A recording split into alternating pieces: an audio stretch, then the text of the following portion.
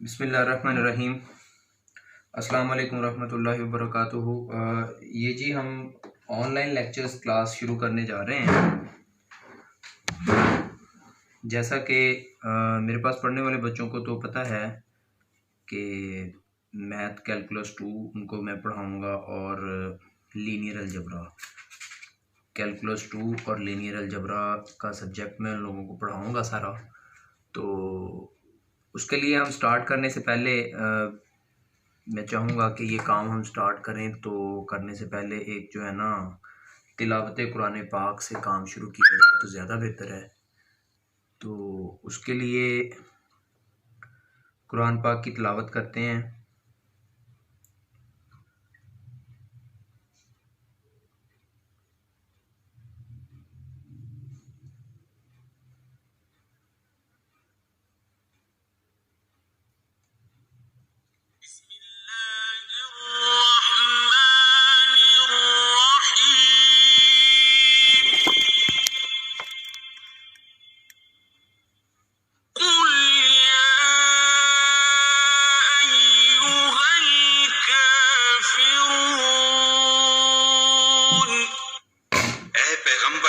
सल्लल्लाहु अलैहि वसल्लम, इन मुनकिरान इस्लाम से कह दो कि ए काफिरो, ला अअबुदु मा तअबुदून, जिन बुतों को तुम पूजते हो उनको मैं नहीं पूजता। वला अंतुम आबिदून मा अअबुद, और जिस खुदा की मैं इबादत करता हूँ उसकी तुम इबादत नहीं करते। वला अना आबिदुम मा अबदतुम, और मैं फिर कहता हूँ कि जिनकी तुम परस्तिश करते हो उनकी मैं परस्तिश करने वाला नहीं हूँ। वला अंतुम आबिदून मा अअबुद, और न तुम उसकी बंदगी करने वाले मालूम होते हो जिसकी मैं बंदगी करता हूँ। लकुम दीनुकुम वलियदीन, तुम अपने दीन पर, मैं अपने दीन पर। बिस्मिल्लाहिर्रहमान। चलें जी, ये माशाल्लाह बहुत ही प्यारी आवाज़ में बहुत अच्छी तिलावत कुरान पाक थी तर्जुमे के साथ। तो इसको भी सुनना सब लोग और कोशिश कीजिएगा कि अमल भी किया करें। कुरान पाक को डेली पढ़ना चाहिए, थोड़ा बहुत एक आध सूरत एक आध आयत तर्जुमे के साथ। अल्लाह ताला सबको तौफीक दे, जो पढ़ते हैं अल्लाह ताला उनकी कबूल फरमाए, जो नहीं पढ़ते अल्लाह ताला उनको हदायत फरमाए। अच्छा जी, सबसे पहले हमारा लेक्चर जो आएगा, सबसे पहला लेक्चर, वो लेक्चर हमारा है कैलकुलस 2 के लिए।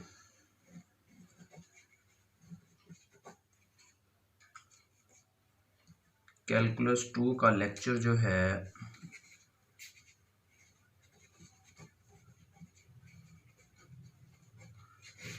कैलकुलस 2 के लेक्चर्स के अंदर हमारे पास जो चीज़ें हैं, सबसे पहले उसके अंदर हमारे पास चीज़ शामिल है इंटीग्रेशन। सबसे पहले क्या चीज़ शामिल है? इंटीग्रेशन। इंटीग्रेशन कैलकुलस 1 के अंदर भी आई, लेकिन उसका थोड़ा सा पार्ट आया, लेकिन आपको काफ़ी हद तक सिखाई भी गई है वहाँ पे ही। तो मज़ीद जो है यहाँ के अंदर इसकी एप्लीकेशन, इसके मज़ीद फर्दर काम, इसकी वर्किंग, इसके टाइप्स, इसके अंदर मज़ीद ऑपरेशंस वो इस्तेमाल होंगे इंशाल्लाह।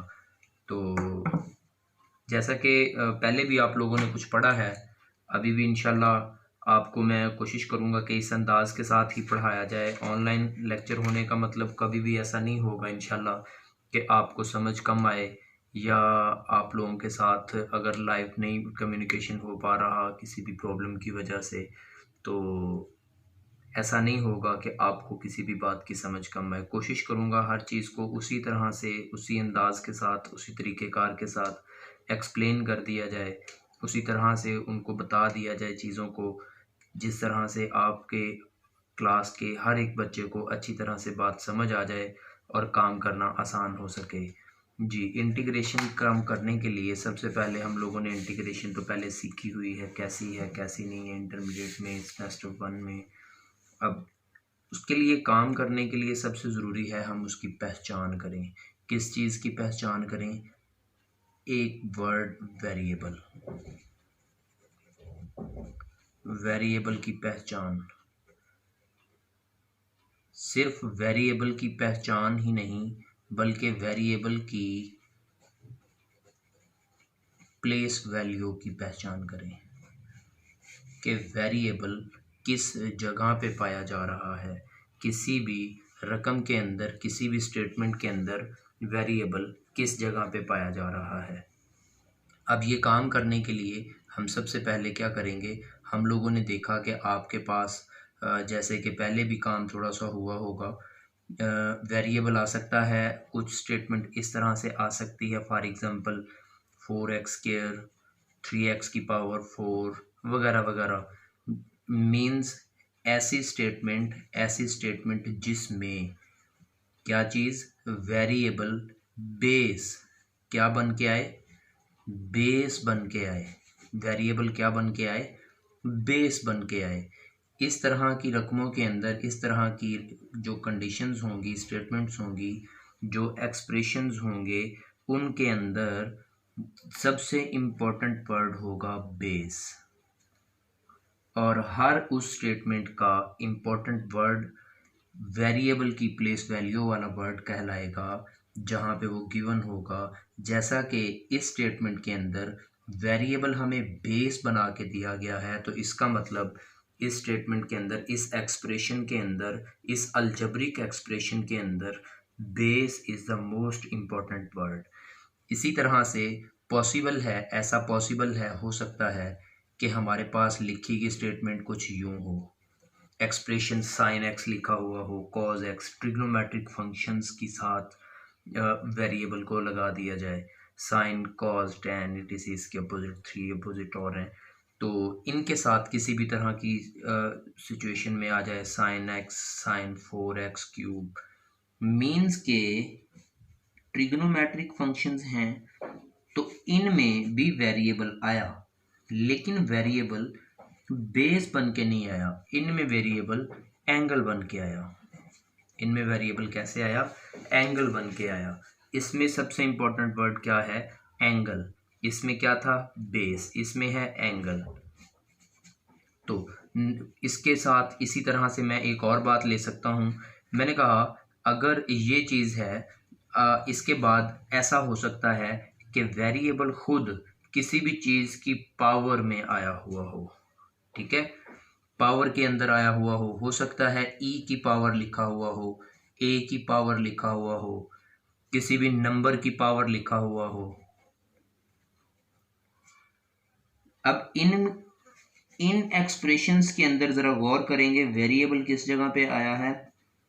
पावर बन के जिन एक्सप्रेशंस में वेरिएबल आएगा, इस तरह के एक्सप्रेशंस को एक्सपोनेंशियल एक्सप्रेशन कहते हैं, एक्सपोनेंशियल फंक्शन कहते हैं, जिनमें वेरिएबल पावर बन के आए। अब देखिएगा, अब इसके अंदर वेरिएबल किस जगह पे, वेरिएबल की प्लेस वैल्यू कौन सी हुई?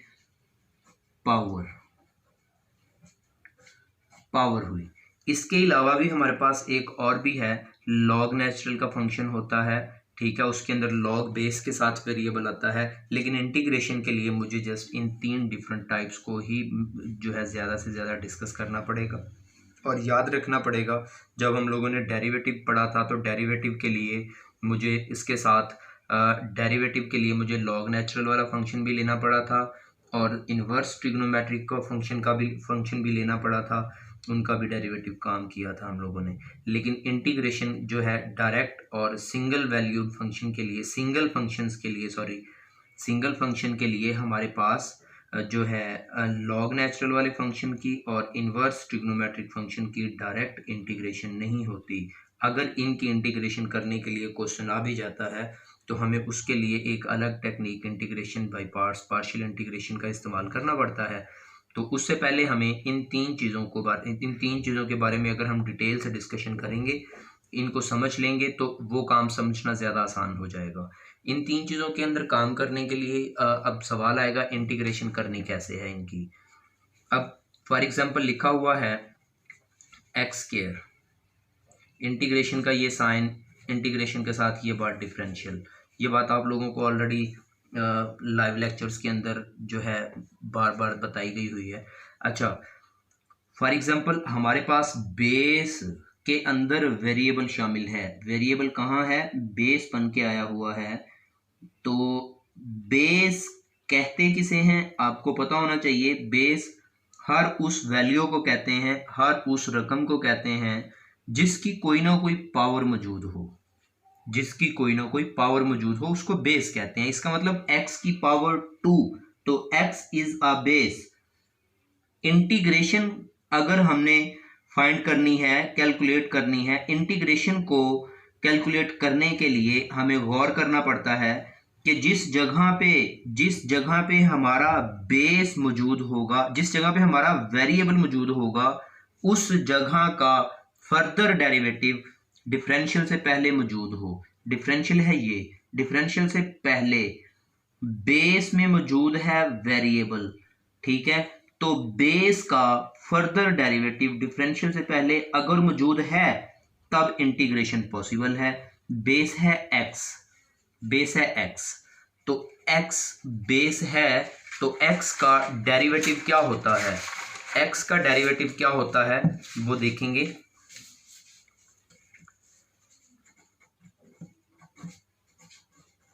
ये ज़रा की पॉइंट्स के नेम से हम लोग ज़रा साइड पे जाते हैं ताकि हम जो अपने जो पॉइंट्स के लिहाज से कॉन्सेप्ट्स होंगे हम उनको जो है देखते जाएंगे वर्ड के साथ साथ, ताकि हमें काम करना थोड़ा सा ज़्यादा आसान हो जाए। की पॉइंट्स के लिए ज़रा देखिएगा, बेस, यहाँ पे हम बात कर रहे थे बेस की, तो बेस के लिए मैं कहता हूँ कि बेस की बात कर रहे हैं अगर, तो उसके लिहाज से हमारे पास x है ना, तो x का डेरिवेटिव x के लिहाज से क्या होगा? dx over dx, d over d cancel, x के साथ x 1 ओवर 1 मीन्स के 1। डेरिवेटिव x का क्या आया? वो 1 आया। ये सिर्फ dx ओवर dx है इसीलिए 1 आ गया, वरना इसके ऊपर अगर डेरिवेटिव का पावर रूल लगाने की कोशिश करेंगे तो तब भी हम ऐसा ही करेंगे कि पावर नीचे, पावर से एक कम बेस का फर्दर डेरिवेटिव लेंगे तब भी आंसर 1 मिलेगा। तो अब उस लिहाज से भी इस लिहाज से भी हमारे पास आंसर 1 मिलता है।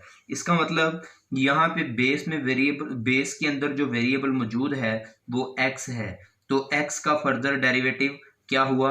1 हुआ। वो 1 लिखा हो या ना लिखा हो वो अवेलेबल होता है, वो मौजूद होता है। इसका मतलब इसमें बेस का फर्दर डेरिवेटिव पहले से मौजूद है, इसलिए इसकी इंटीग्रेशन पॉसिबल है। अगर इसकी इंटीग्रेशन पॉसिबल है तो कैसे, क्या काम करने को इंटीग्रेशन कहेंगे? इंटीग्रेशन का सिंपल पावर रूल लगाएंगे। पावर रूल ये होता है कि जो बेस है उसको कुछ नहीं कहेंगे, लेकिन जो उसकी पावर है उसमें एक ऐड कर देंगे। ऐड करने से जो वैल्यू बनेगी उसी बात को उस होल रकम की फ्रैक्शन के नीचे भी लिखेंगे। एक और कांस्टेंट इंट्रोड्यूस करवा देंगे लास्ट वैल्यू के साथ, लास्ट रकम के साथ। अब देखेंगे x की पावर 2 + 1 कितना हो जाएगा? x की वैल्यू 2 + 1 3 ओवर 3। अब इसको हम कुछ यूं इस तरह से भी लिख सकते हैं 1/3 x की पावर 3 + c। बेशक आप यहाँ पे c को इंट्रोड्यूस ना करवाएं, एंड पे करवा दें, या फिर अगर शुरू से करवाना है तो हर वैल्यू के साथ c को इंट्रोड्यूस करवाना होगा।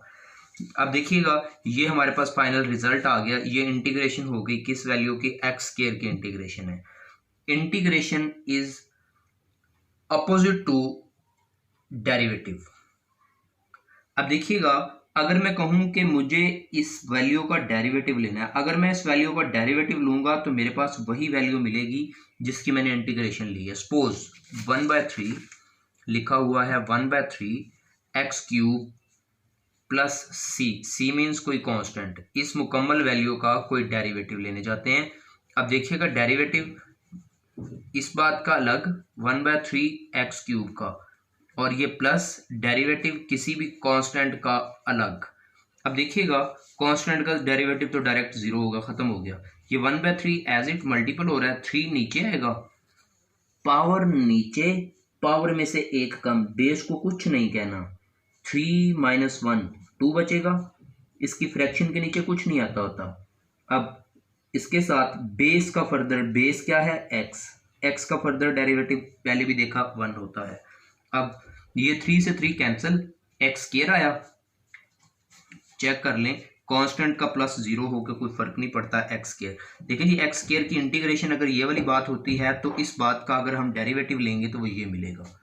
मेरा ख्याल है कि ये बात आपको थोड़ी सी क्लियर हो जाएगी, होगी कि अगर हमारे पास सिंपल फंक्शन आ जाए जिसमें वेरिएबल बेस बन के आया हुआ हो तो उसकी इंटीग्रेशन करने के लिए आपको एक बात माइंड में रखनी होगी कि बेस में अगर वेरिएबल है तो बेस का फर्दर डेरिवेटिव अगर पहले से मौजूद हो, बेस का फर्दर डेरिवेटिव पहले से, डिफरेंशियल से पहले ऑलरेडी मौजूद हो, एग्जिस्ट हो, तब उससे पहले वाले फंक्शन की इंटीग्रेशन पॉसिबल है, अदरवाइज इंटीग्रेशन नहीं हो सकती। अगर सपोज अब हम देखेंगे, जरा ये मैं फैन ऑन कर लूं,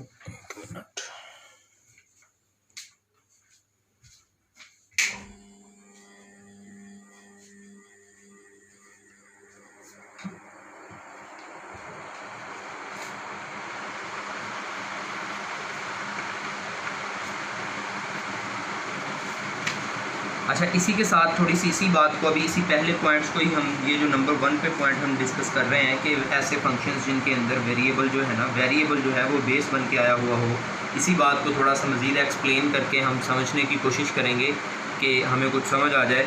अच्छा इसी बात के लिए मैं कहता हूँ सपोज़ एक दो और एग्जांपल ले लेते हैं इसके लिए। मैंने कहा सपोज़ अगर आपके पास लिखा हुआ हो 1 + 2x होल की पावर 4 dx। अब देखो ये इंटीग्रेशन है। अब सबसे पहले देखना है कि वेरिएबल किस जगह पे आया है। सबसे इम्पोर्टेंट बात जो मैंने बताई थी, वेरिएबल की प्लेस वैल्यू, वेरिएबल की प्लेस वैल्यू बताएंगे इसमें कहाँ पे है।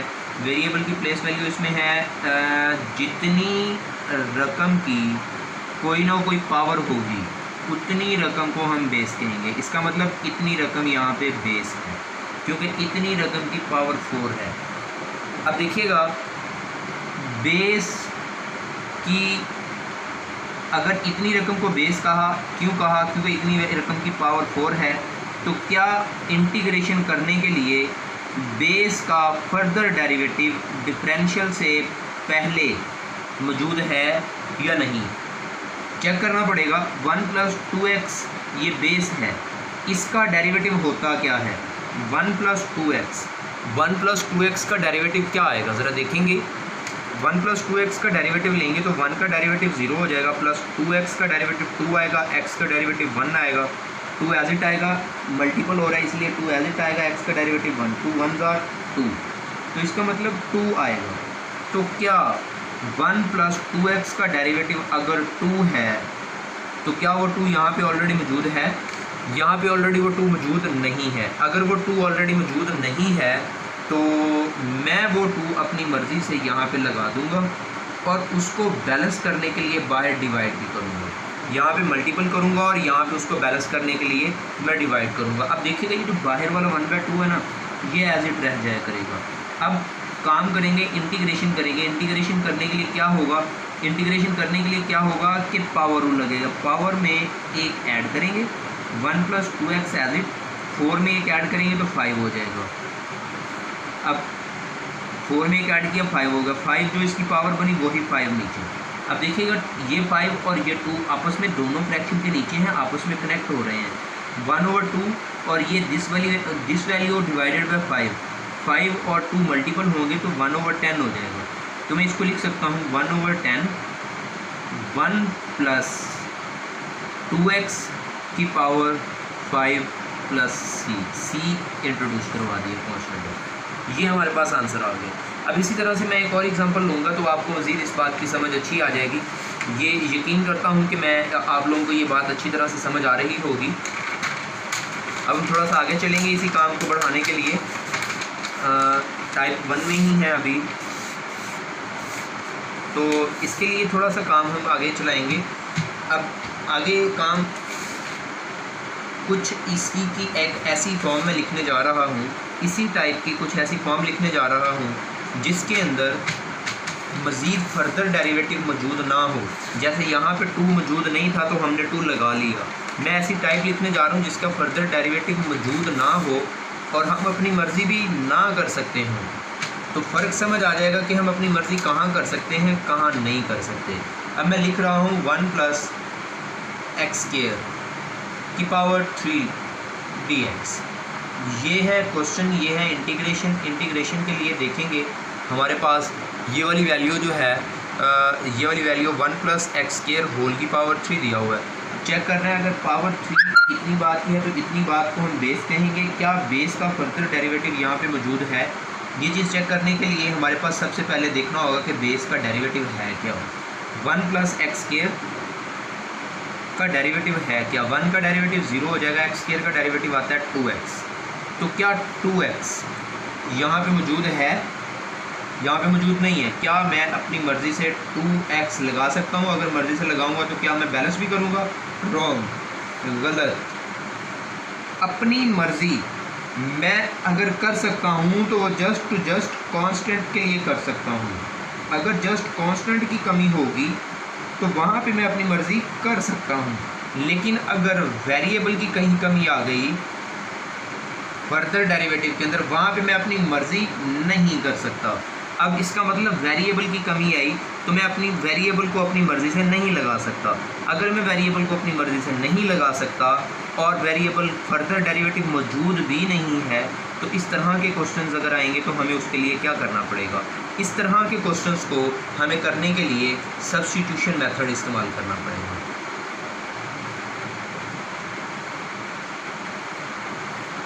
सब्स्टिट्यूशन मेथड को इस्तेमाल करना पड़ेगा। यहाँ पे सब्स्टिट्यूशन मेथड डायरेक्ट डिस्कस करने से पहले थोड़ा सा बल्कि यहीं पे डिस्कस कर लेते हैं, क्योंकि सब्स्टिट्यूशन मेथड इनके लिए तो सिर्फ यहीं पे आएगा। अगर इनके अलावा कोई सब्स्टिट्यूशन आएगी तो वो हम जैसे फंक्शंस की अगली टाइप्स में जाएंगे, उनकी सब्स्टिट्यूशन अगर कोई आएगी तो हम उसके लिहाज से उसके साथ डिस्कस करेंगे, इनकी कोई आएगी तो इनके साथ डिस्कस करेंगे। फ़िलहाल इसी को डिस्कस कर रहे हैं तो इसकी सब्स्टिट्यूशन आएगी तो इसी के मुताबिक जो सब्स्टिट्यूशन मेथड बनेगा वो हम देखते हैं वो क्या सब्स्टिट्यूशन मेथड बन सकता है। ज़रा देखिएगा कि यहाँ पे सब्स्टिट्यूशन मेथड पॉसिबल क्या है, ज़रा गौर से समझिएगा। मैंने कहा कि सपोज फॉर एग्ज़ाम्पल लिखा हुआ है 1/a² - x² का स्क्वायर रूट और ये है इंटीग्रेशन dx। सपोज अगर ये दिया हुआ है, अगर ये क्वेश्चन है हमारे पास तो हमें इसको सॉल्व करना है। इसको सॉल्व करने के लिए मुझे चेक करना है कि ये क्वेश्चन बेसिकली तौर पे क्या अभी हल होने से पहले कोई सिंपल हो सकता है या नहीं हो सकता। ये स्क्वायर रूट है, स्क्वायर रूट का मतलब होता है पावर 1/2। इसका मतलब ये क्वेश्चन सॉल्व अभी हो सकता है, सिंपल हो सकता है। a² - x² की पावर 1/2 dx। अब मज़ीद भी अभी एक स्टेप और सिंपल हो सकता है। ये फ्रैक्शन के नीचे पावर 1/2 है, ऊपर जस्ट 1 है। मैं इस बात को ऊपर लेके जाना चाहूँगा। a² - x² होल की पावर -1/2 हो जाएगी, क्योंकि पावर नीचे प्लस में थी, ऊपर जाके माइनस में होगी। बाकी का सारा काम वैसे का वैसे। अब देखो क्या ये इस टाइप के साथ मैच हो गई। देखो पावर -1/2 है, पावर -1/2 है तो इतनी बात बेस हुई। बेस का फर्दर डेरिवेटिव a² कांस्टेंट है, a² - x²। इसका डेरिवेटिव अगर यहाँ पे मौजूद है तो सिंपल पावर वो लगेगा। अगर इसका फर्दर डेरिवेटिव यहाँ नहीं है तो फिर हम कोई ना कोई सब्स्टिट्यूशन ढूंढेंगे। ठीक है, अब यहाँ पे इसका मतलब a² कांस्टेंट है, 0 आ जाएगा। -x² है ना, तो x² का डेरिवेटिव होगा 2x। -2x क्या यहाँ पे मौजूद है? -2x नहीं है।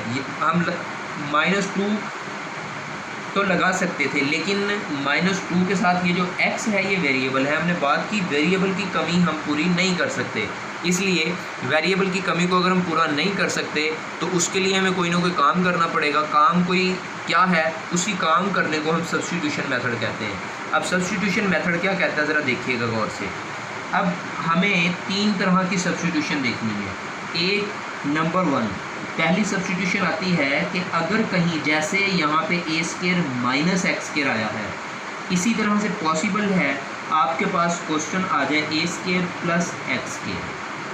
अगर ए स्केयर प्लस एक्स स्केयर आएगा तो ये देख लें, अगर आएगा if A square plus x square, फिर हम क्या कर सकते हैं, देन सब्स्टिट्यूशन क्या है, पुट करना है।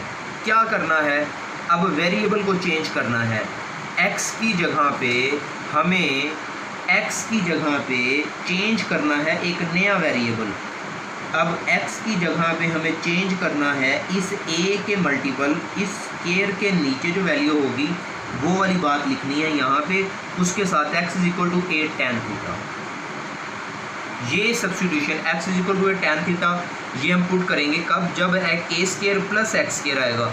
हाँ, इसके अंदर ऑप्शन है a square plus x square की जगह पे अगर x square plus a square हो तब भी यही आएगा, क्योंकि प्लस के दरमियान में होने से फ़र्क नहीं पड़ता, 2+3 हो या 3+2 हो, बात सेम है, ठीक है। लेकिन अब थोड़ा सा कॉन्फ्लिक्ट आएगा। तो मैंने कहा हमारे पास, जैसे मैंने ये एग्जांपल ली थी, यहाँ पे आ गई ये पहली सब्स्टिट्यूशन, ये दूसरी सब्स्टिट्यूशन। मैंने कहा अगर मेरे पास ये वाली सब्स्टिट्यूशन आ जाए, जैसे ए स्केयर माइनस एक्स स्केयर, अगर ए स्केयर माइनस एक्स स्केयर वाली सब्स्टिट्यूशन आती है तो मुझे क्या पुट करना पड़ता है, सब्स्टिट्यूट क्या करना पड़ता है मुझे। इसके लिए मैं सब्स्टिट्यूट करूँगा, देन क्या सब्स्टिट्यूशन करूँगा, एक्स की जगह पे क्या पुट करूँगा मैं। इसके लिए मैंने देखो x equal to A tan theta, मैंने ए tan थीटा पुट किया। अब इसके लिए मैं क्या पुट कर सकता हूँ, देखिएगा ए स्केयर माइनस एक्स स्केयर यहाँ पे है, तो इसके लिए पुट करने के लिए मैं यहाँ पे x equal to A secant theta put कर सकता हूँ। अगर यही बात थर्ड सब्स्टिट्यूशन के लिए एक्स स्केयर माइनस ए स्केयर आएगी तो यहाँ पे मैं क्या करूँगा, x की जगह पे पुट करूँगा, क्या चीज़ पुट करूँगा, x की जगह पे a साइन थीटा पुट करूँगा, ये चीज़ें पुट करूँगा। बल्कि नहीं sorry, x is equal to यहाँ पे ये नहीं आएगी, ये अपोजिट हो जाएगी। ये बात दोबारा बताऊँगा मैं, सेकेंड और थर्ड सब्स्टिट्यूशन अपोजिट है, a square minus X square की जगह पे अपोजिट बात आएगी। अब देखें ये नंबर 2 है, यहाँ पे हमारे पास आएगी, अगर हमारे पास A square minus X square होगा तो हम पुट क्या करेंगे, x is equal to A sine theta, x की जगह पे हम ए साइन थीटा पुट करेंगे। थर्ड सब्स्टिट्यूशन इसी तरह से, जैसे ये हमारे पास A square minus X square आई है तो x की जगह पे ए साइन थीटा पुट करेंगे। थर्ड सब्स्टिट्यूशन है, अगर हमारे पास एक्स स्केयर पहले आए माइनस का ए स्केयर बाद में आए, एक्स स्केयर माइनस का ए स्केयर हो, तब हम क्या पुट करेंगे, तब हम सब्स्टिट्यूट करेंगे x is equal to A secant theta. अब देखिएगा यहाँ पे एक बहुत इंपॉर्टेंट कंसेप्ट है, देखिएगा जैसे मैंने अगर सपोज जैसे ये क्वेश्चन है a square minus X square, A square minus X square, A square minus X square वाली बात ये वाली बनती है। अगर ये वाली बात बनती है तो x की जगह पे मुझे ए साइन थीटा आ जाएगा। इसका मतलब इससे पहले मुझे x जो वेरिएबल था वो वेरिएबल ख़त्म हो जाएगा। x वेरिएबल अगर ख़त्म होगा तो कौन सा वेरिएबल आएगा, थीटा वेरिएबल आ जाएगा। अगर वेरिएबल थीटा आ रहा है, अगर वेरिएबल थीटा आ रहा है हमारे पास, तो इस थीटा वेरिएबल की वजह से मुझे इस क्वेश्चन के अंदर x का डिफरेंशियल dx था, तो वेरिएबल थीटा आया तो उस dx का डिफरेंशियल भी तो d थीटा चाहिए ना। इस x का डिफरेंशियल dx मिलेगा और उसी के साथ अब a साइन थीटा, अब a कांस्टेंट है साथ रहेगा, साइन का डेरिवेटिव होता है cos थीटा का, cos थीटा, थीटा का डिफरेंशियल d थीटा। अब इसका मतलब अगर x की जगह पे इस क्वेश्चन में हम a साइन थीटा पुट करेंगे तो dx की जगह पे a cos theta d theta put करेंगे। अब यहाँ पे अगर हम x की जगह पे इस तरह की स्टेटमेंट में होगी बात अगर कोई, तो उसमें हम x की जगह पे अगर हम a tan थीटा पुट करेंगे तो dx की जगह पे क्या पुट करेंगे, a tan का डेरिवेटिव क्या होता है, secant square theta d theta. अब जैसे ये सीकेंड स्क्वायर सीकेंड थीटा है तो इसका डिफरेंशियल क्या पुट करेंगे, dx की जगह पे अगर ये पुट करेंगे तो dx की जगह पे क्या पुट करेंगे, a सीकेंड थीटा का डेरिवेटिव होता है सीकेंड थीटा tan थीटा और साथ में डिफरेंशियल d थीटा। अब यहाँ तक आपके पास समझ आ गई होगी यकीनन। हम इसका कोई एक क्वेश्चन कर ही ना लेके आओ कि सपोज़ अगर मैंने कहा आपके पास ये क्वेश्चन सपोज ऐसे आ गया 1/a² + x², ये डिफरेंशियल। अब देखिएगा सपोज़ अगर हमारे पास ये आ गया, मैं कहता हूँ कि ये हमारे पास डायरेक्ट अगर पावर नीचे देखेंगे तो ये हमारे पास पावर 1 है, ऊपर जाएगी पावर -1 हो जाएगी, -1 + 1 0 हो जाएगा। इसको सब्स्टिट्यूशन मेथड से सॉल्व करना पड़ेगा। सॉल्व करने के लिए मैंने कहा हम क्या काम कर सकते हैं, हम कुछ ऐसा काम कर सकते हैं कि मुझे पुट करना पड़ेगा। क्या पुट करना पड़ेगा, x की जगह पे प्लस में है, x की जगह पे a tan थीटा पुट करना पड़ेगा, तो dx की जगह पे क्या पुट करना पड़ेगा, a sec² theta d theta. अब देखिएगा मैंने कहा अगर मैं यहाँ पे 1 है तो 1 लिख दिया, a² है तो a² लिख दिया, प्लस x² है तो x की जगह पे a tan रखा, अगर इसका स्क्वायर है तो a² और tan का भी स्क्वायर हो जाएगा, a² tan² थीटा। और ये dx है, dx की जगह पे मैं क्या लिख सकता हूँ, a sec² theta d theta. ये इंटीग्रेशन। अब ज़रा गौर से देखिएगा, अब ये इंटीग्रेशन एज इट आ गई 1/, इन दोनों में से a² को कॉमन ले लें, 1 + tan² थीटा, और साथ में ये क्या है, a sec² theta d theta. अब देखिएगा आपको पता है कि 1 + tan² थीटा किसके इक्वल होता है, 1 + tan² थीटा sec² थीटा के इक्वल। अब मैं इसकी जगह पे 1 + tan² थीटा की जगह पे लिख सकता हूँ sec² थीटा। अगर मेरे पास ये 1 है, 1 के नीचे ये है a² एज इट आ गया। ये हमारे पास अगर a² एज इट आ गया है तो a² के साथ 1 प्लस रिकॉर्डिंग, हाँ ठीक है, अच्छा a² के साथ 1 + tan² को मैं लिख सकता हूँ sec² theta. sec² as it आ गया। अब ये a और ये वाला sec² एज इट रह गया। अब देखिएगा ये इंटीग्रेशन होने से पहले ये एक दफ़ा a, 2 दफ़ा में से एक दफ़ा कैंसिल होगा, ये sec² थीटा इस sec² थीटा से कैंसिल हो गया। इसका मतलब यहाँ पे अगर कुछ बच गया है तो जस्ट 1/a और d थीटा बच गया ओनली। इसका मतलब मेरे पास सारी चीज़ें ख़त्म हुई, तो जो चीज़ बची है वो क्या है, 1/a और d थीटा और ये इंटीग्रेशन। ठीक है, अब देखिएगा 1/a तो वैसे ही कांस्टेंट है, इसकी तो इंटीग्रेशन हम कर ही नहीं सकते। अगर 1/a कांस्टेंट है तो ये बाहर चला जाएगा, ये मैंने 1/a को मैंने बाहर ले लिया। अब इंटीग्रेशन जस्ट किसकी बच गई, 1d थीटा की। अब 1d थीटा की डिफरेंशियल और इंटीग्रल आपस में कैंसिल हो जाते हैं, 1/a और थीटा बच गया। अब थीटा बच गए, यहाँ तक आंसर। ये क्वेश्चन हमारी इंटीग्रेशन सॉल्व हो गई। अब क्वेश्चन ये है कि अगर इंटीग्रेशन सॉल्व होगी तो क्या ये हमारे पास आंसर है या नहीं। ये आंसर हम कभी भी जवाब नहीं कह सकते, इसलिए नहीं कह सकते कि ये आंसर हमारे पास थीटा वेरिएबल में है और जो हमारा क्वेश्चन था वो हमारे पास एक्स वेरिएबल में था, और इसका मतलब ये जो सब्स्टिट्यूशन की है तो ये कुछ उधार लिया होता है और जो उधार है वो वापस करना होगा। अब थीटा जो है हमारे पास उधार लिया था ताकि काम करना आसान हो सके, वो हमारा काम कंप्लीट हो गया, अब हम उधार वापस करेंगे। थीटा हमने कहाँ से इंट्रोड्यूस करवाया था, थीटा यहाँ से इंट्रोड्यूस हुआ था, कहाँ से, x की जगह पे हमने a tan थीटा पुट किया था। जो सब्स्टिट्यूशन शुरू करते हैं वहीं से काम वैल्यू दोबारा लेते हैं वापस पुट करने के लिए। हमने कहा था x = a tan थीटा हम लोगों ने पुट किया है। यहाँ से थीटा को फाइनल करना है कि थीटा कौन है। अब ये a tan थीटा के साथ मल्टीपल हो रहा है, a इस तरफ आके डिवाइड हो जाएगा, x/a = tan थीटा। अब मुझे थीटा को अकेला करना है तो tan इधर tan थीटा है तो इस तरफ आके थीटा अकेला होगा तो tan इधर आके इन्वर्स हो जाएगा, tan इन्वर्स x/a। अब थीटा की जगह पे हमारे पास पता चला हमें क्या पुट करना है, tan इन्वर्स x/a। अब मेरे पास ये है 1/a,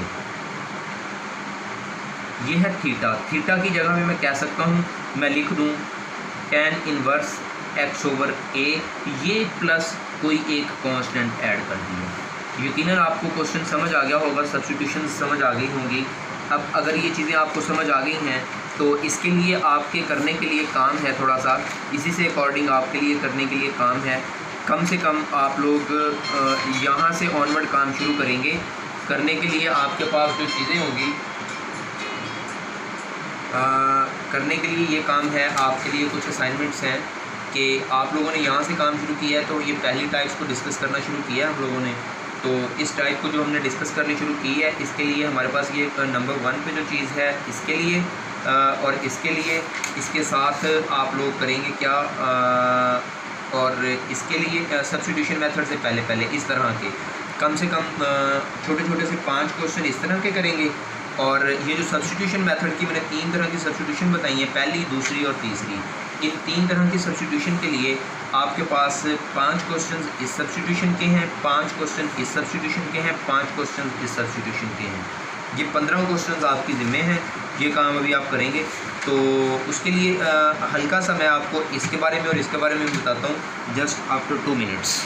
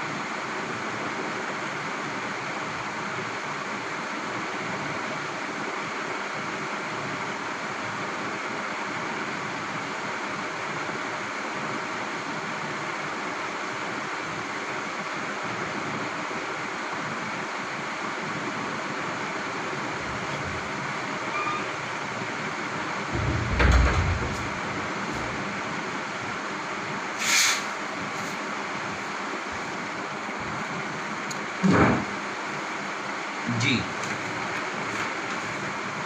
अब हम डिस्कस करेंगे इसके साथ ही दोबारा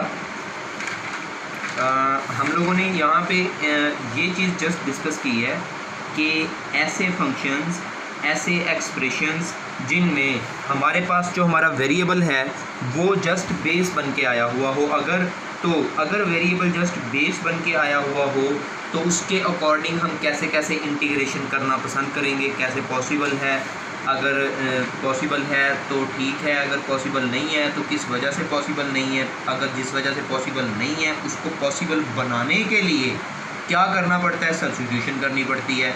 सब्स्टिट्यूशन कितनी तरह की हम लोगों ने देखी है, जस्ट 3 टाइप्स की, 1, 2 एंड 3। अब अगर ये हम लोगों ने 3 तरह की सब्स्टिट्यूशन देखी है तो ये 3 तरह की सब्स्टिट्यूशन आप लोगों के ज़िम्मे है। मैंने आप इन्हीं के अंदर से एक एग्जांपल, जैसे ये एक क्वेश्चन लिखा पड़ा है, ये क्वेश्चन करेंगे। अगर आपको कोई हेल्प चाहिए तो आप मेरे साथ feel free to contact me, discuss कर सकते हैं। इंटरमीडिएट की क्लास सेकेंड ईयर के अंदर से भी आप यहाँ से इसके लिए हेल्प ले सकते हैं, आपको सेकेंड ईयर से भी हेल्प मिल सकती है इसके लिए थोड़ी बहुत। तो मज़ीद हम इसको एक्सप्लेन करने के लिए, इसको थोड़ा काम आगे चलने के लिए हम डिस्कस करेंगे ट्रिग्नोमेट्रिक फंक्शन की इंटीग्रेशन और एक्सपोनेंशियल फंक्शन की इंटीग्रेशन। ट्रिग्नोमेट्रिक फंक्शन की इंटीग्रेशन करना सीखेंगे हम यहाँ से। ट्रिग्नोमेट्रिक फंक्शन की इंटीग्रेशन, जैसे सपोज इसके लिए हमें सबसे पहले याद करते हैं फार्मूलाज, कुछ ना कुछ ये फार्मूलाज, ऐसी टेक्निक्स वो जो हमें शिफ्टिंग आनी चाहिए।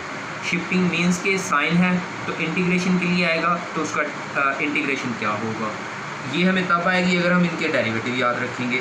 फॉर एग्ज़ाम्पल अगर मैं कहूँ कि मेरे पास साइन एक्स है तो इसका मुझे डेरिवेटिव, देखें डेरिवेटिव, इंटीग्रेशन बाद में जाते हैं। साइन एक्स का डेरिवेटिव अगर हम बात करते हैं तो वो हमें उसका आंसर मिलता है कॉस एक्स। इसका मतलब साइन एक्स के डेरिवेटिव को देखा तो कॉस एक्स मिला। अब जो कॉस एक्स मिल गया है इसकी अगर हम इंटीग्रेशन करें, कॉस एक्स की अगर हम इंटीग्रेशन करें तो वो हमारे पास दोबारा साइन एक्स मिल जाएगी। इसका मतलब हम फिर वहाँ पे पहुँच गए। डेरिवेटिव और इंटीग्रेशन एक दूसरे के अपोजिट में ही हमने पहले डिस्कस की है, उसी के मुताबिक हम ये बात कर रहे हैं। अच्छा, यहाँ पे पता चला, इसका मतलब हमें ये टेक्निक्स, ये फार्मूलाज याद करने बहुत ज़रूरी है। अगर हम ये याद करना चाहेंगे तो इसके लिए मैं आसान सा रास्ता बता दूँ आपको। ये देखिएगा, जैसे मैंने कहा डेरिवेटिव साइन एक्स का कॉस एक्स है, तो कॉस एक्स की इंटीग्रेशन अगर देखी तो वो साइन एक्स है, ठीक है। अब देखिएगा, इसका मतलब पहले हमें डेरिवेटिव देख लेने चाहिए। डेरिवेटिव आते हुए तो इंटीग्रेशन डेफिनेटली आ जाएंगे। आपके पास फंक्शंस कौन कौन से हैं, सिंपल से sine X, cos x, tan x, इनके डेरिवेटिव सबके। उसके बाद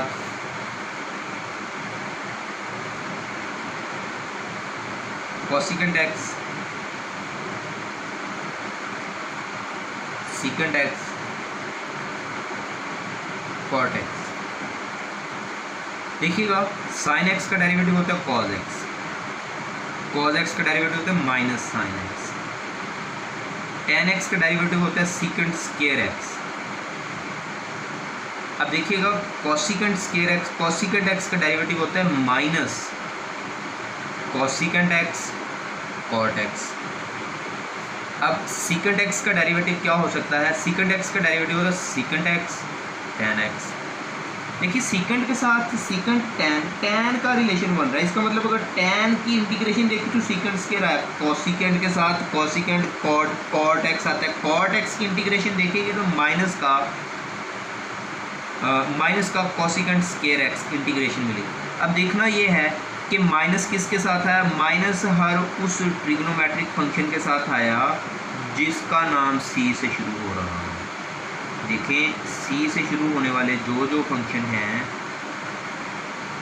उनके अंदर माइनस आ गया। अब इसका मतलब अगर ये 6 ट्रिग्नोमेट्रिक फंक्शन लिखे हुए हैं, इन 6 ट्रिग्नोमेट्रिक फंक्शन की अगर आपके पास अगर इनका डेरिवेटिव आपको ये समझ आया है तो क्या अगर ये जो इनका डेरिवेटिव लेने से जो रिज़ल्ट लिया, जो आंसर मिला, अगर इन रिज़ल्ट्स की इंटीग्रेशन करें तो वापस ये वाले जवाब नहीं मिलेंगे। इसलिए याद रखने हैं कि इसकी इंटीग्रेशन ये वाले आंसर्स हैं। मींस cos x की इंटीग्रेशन sin x है, sin x की इंटीग्रेशन माइनस cos x, ये माइनस इसके साथ लगेगा। सीकेंट स्क्वायर x की इंटीग्रेशन tan x है, minus cosecant x cot x की इंटीग्रेशन माइनस इस तरफ आएगा, कोसिकेंट x cot x की इंटीग्रेशन माइनस कोसिकेंट x है। इसी तरह से इन दोनों के लिए। अब यकीनन आपको ये 6 फार्मूले याद हो रहे होंगे। अगर ये याद करने हैं, इनके करने के लिए भी काम बिल्कुल सेम है, मुश्किल नहीं है, बहुत आसान काम है। इनके काम करने के लिए भी हम यही बात करेंगे कि देखना हमें फिर वही है, हम उसी शुरू वाले पेज की तरफ आएंगे दोबारा से, उसको बेस बना के उसको साथ रखते हुए ही हम काम आगे चलाएंगे। देखो मैंने यहाँ से पहले फिर बता देता हूँ, डिस्कस किया था कि वेरिएबल की प्लेस वैल्यू सबसे इम्पॉर्टेंट बात है। अगर वेरिएबल की प्लेस वैल्यू की बात समझ आने लग जाए तो सारा काम आसान हो जाता है। अब हम देखेंगे कि हम दूसरी टाइप की तरफ मूव कर रहे हैं। अब दूसरी टाइप की तरफ जब मूव कर रहे हैं वहाँ पे हमारे पास क्या चीज़ है? साइन एक्स है। अब देखना ये है कि यहाँ पे वेरिएबल की प्लेस वैल्यू एंगल बन के आई। कौन सा वर्ड इंपॉर्टेंट हुआ? एंगल वर्ड बहुत इंपॉर्टेंट है यहाँ पे। इसका मतलब अगर आपको, ये तो मैंने सिंपल आपको बताया ना कि फार्मूले हैं, ये टेक्निक्स की शिफ्टिंग आनी चाहिए कि साइन से शिफ्ट करना हो इंटीग्रेशन के लिए तो क्या करेंगे क्या नहीं करेंगे, ठीक है। तो लेकिन कर कैसे सकते हैं? पॉसिबल कब है? पॉसिबल होने के लिए हमारे पास इस एंगल को बेस बनाना बहुत ज़रूरी है। अब जैसे ये हमारे पास इंटीग्रेशन है sine x D x, sine x की इंटीग्रेशन माइनस कॉज एक्स होगी, क्योंकि साइन एक्स की इंटीग्रेशन माइनस कॉज एक्स होगी, ये वाला माइनस इस तरफ आएगा, ठीक है। अब देखिएगा, अब मैंने कहा, मैंने लिख दिया माइनस कॉज एक्स, लेकिन ये पॉसिबल कैसे था? ये कैसे मैंने लिख दिया? डायरेक्ट लिख दिया? नहीं, ऐसे नहीं लिखना। हमने सबसे पहले एक चीज़, एक एहतियात करनी हो। एहतियात क्या है ज़रा गौर से समझिएगा। इसमें वेरिएबल की प्लेस वैल्यू एंगल था, तो मुझे देखना है एंगल का फर्दर डेरिवेटिव डिफरेंशियल से पहले मौजूद है या नहीं। एंगल क्या है? एक्स। एक्स का डेरिवेटिव क्या होता है? एक्स का डेरिवेटिव 1 होता है, हमने शुरू में ही डिस्कस कर लिया था। अगर एक्स का डेरिवेटिव 1 होता है तो वो 1 तो यहाँ पे मौजूद है। इसका मतलब हमें चेक करना लाजमी हुआ करेगा कि अगर हमारे पास ट्रिग्नोमेट्रिक फंक्शंस हैं, तो ट्रिग्नोमेट्रिक फंक्शंस अगर हमारे पास हैं तो उनका इंटीग्रेशन करने के लिए क्या ख्याल रखना बहुत ज़रूरी है? एंगल का फर्दर डेरिवेटिव डिफरेंशियल से पहले मौजूद है तो पॉसिबल है इंटीग्रेशन होना, अगर नहीं है तो इंटीग्रेशन नहीं होगी, ठीक है। इसके लिए काम करेंगे हम, इसको हमको थोड़ा सा एक्सटेंड करेंगे। अब देखिएगा, फॉर एग्ज़ाम्पल इस बात को मैं थोड़ा एक्सटेंड करता हूँ कि मेरे पास आ गया cos 4x dx। अब अगर मैं इस बात को थोड़ा एक्सटेंड करता हूँ तो ये integration sign cos 4x dx। अब देखो एंगल है 4x, 4x का फर्दर डेरिवेटिव, एंगल का फर्दर डेरिवेटिव यहाँ पे अगर है तो ठीक है, नहीं है तो फिर ठीक है। अब देखो यहाँ पे फर्दर डेरिवेटिव 4x का क्या होगा, 4x का डेरिवेटिव देखना होगा क्या होगा। 4x का डेरिवेटिव देखिएगा, 4 मल्टीपल हो रहा है ना, 4 एज इट, x का डेरिवेटिव आप लोगों ने देखा 1 होता है, 4 1s are 4, 4 1s are 4। हाँ 4x का डेरिवेटिव 4 होता है, 4 एज इट, x का डेरिवेटिव 1 आया, 1 साथ में मल्टीपल हुआ तो 4 1s are 4। अच्छा इसके लिए हम अब देखेंगे इसको। अब देखिएगा वो 4 कमी है यहाँ पे, वो 4 नहीं है यहाँ पे। अगर वो 4 नहीं है तो हम खुद से लगा सकते हैं, कांस्टेंट हम अपनी मर्ज़ी से लगा सकते हैं। 4 को मल्टीपल किया और उसको बैलेंस करने के लिए डिवाइड कर दिया। 1/4 कॉस की इंटीग्रेशन होती है साइन 4x। इसका कहीं काम नहीं है, इसने कहीं नहीं लिखा जाना, इसने सिर्फ हेल्प करनी है कि इस पीछे वाले फंक्शन की इंटीग्रेशन हो सकती है या नहीं, प्लस सी, ये आंसर मिल गया हमारे पास। अब यहाँ तक अगर बात समझ आ गई है तो ट्रिग्नोमेट्रिक ये काम हम तभी कर सकते हैं अगर कॉस का पता होगा, इंटीग्रेशन में साइन मिलता है। इसलिए आप लोगों ने वो 6 फार्मूले याद करने हैं इंटीग्रेशन के, ठीक है। अब इंटीग्रेशन के लिए फार्मूले याद करने के लिए आपको जो है ना इन्वर्स के लिए भी थोड़ा सा काम करना पड़ेगा। डायरेक्ट आपको पता होगा कि आपने 6 फार्मूले याद किए होंगे। साइन इन्वर्स एक्स का डेरिवेटिव वो होता है 1/1 - x स्क्वायर का स्क्वायर रूट। अगर साइन इन्वर्स एक्स का डेरिवेटिव ये होता है और हम बड़ी अच्छी तरह से समझ गए कि जो हमारे पास डेरिवेटिव होते हैं वो इंटीग्रेशन के अपोजिट होते हैं, तो इसका मतलब अगर इस बात का डेरिवेटिव ये है तो 1/1 - x स्क्वायर का स्क्वायर रूट लिख के अगर मैं इसी बात को ऐसे लिख के इंटीग्रेशन करूं तो वो साइन इन्वर्स x मिलेगा, डेफिनेटली मिलेगा, क्योंकि ये अगर इसका डेरिवेटिव ये है तो इसका इंटीग्रेशन यही होगा, ठीक है। ये बात हम लोगों ने याद की है। अब इसका मतलब मुझे इन्वर्स ट्रिग्नोमेट्रिक फंक्शन जितने भी हैं उनका डेरिवेटिव आना ज़रूरी है। अगर उनका डेरिवेटिव पता होगा तो काम करना आसान होगा। सवाल ये है कि क्या हम इसकी इंटीग्रेशन डायरेक्ट ये लिख सकते हैं या नहीं लिख सकते। अगर तो सिंपल क्वेश्चन 2 नंबर के लिए है तो फिर तो अगर क्वेश्चन के अंदर इस्तेमाल हो तो लिख सकते हैं, लेकिन अगर सॉल्व करने के लिए दिया हो तो फिर नहीं लिख सकते। इसको सॉल्व करने के लिए मुझे सब्स्टिट्यूशन मेथड इस्तेमाल करना पड़ेगा, जो अभी भी हम लोगों ने देखा है। कौन सा substitution method? a square 1 - x square, 1 को 1 का स्क्वायर लिख सकते हैं। 1 स्क्वायर मीन्स के a स्क्वायर, a की नुमाइंदगी 1 कर रहा है। a square minus x square कहाँ पे है? a square minus x square. अब हम a square minus x square है इसकी सब्स्टिट्यूशन कर सकते हैं। इसकी सब्स्टिट्यूशन कैसे करेंगे? x की जगह पे हमारे पास क्या पुट करेंगे? पुट करेंगे हम x की जगह पे a साइन थीटा, a की जगह पे 1 है, इसका मतलब 1 साइन थीटा पुट करेंगे, तो इसका डिफरेंशियल भी लेंगे। फिर dx का लेंगे 1 एज इट, साइन का डेरिवेटिव cos थीटा और ये d थीटा। अगर ये बात आपको समझ आ रही है तो हम इस बात को थोड़ा कंटिन्यू करेंगे सब्स्टिट्यूशन मेथड से। अब क्या करेंगे? x की जगह पे और dx की जगह पे उनकी वैल्यूज पुट करेंगे। ये 1/1 माइनस x का स्क्वायर है तो साइन का स्क्वायर हो जाएगा, साइन स्क्वायर थीटा, ये थीटा आ जाएगा, और ये क्या आ जाएगा?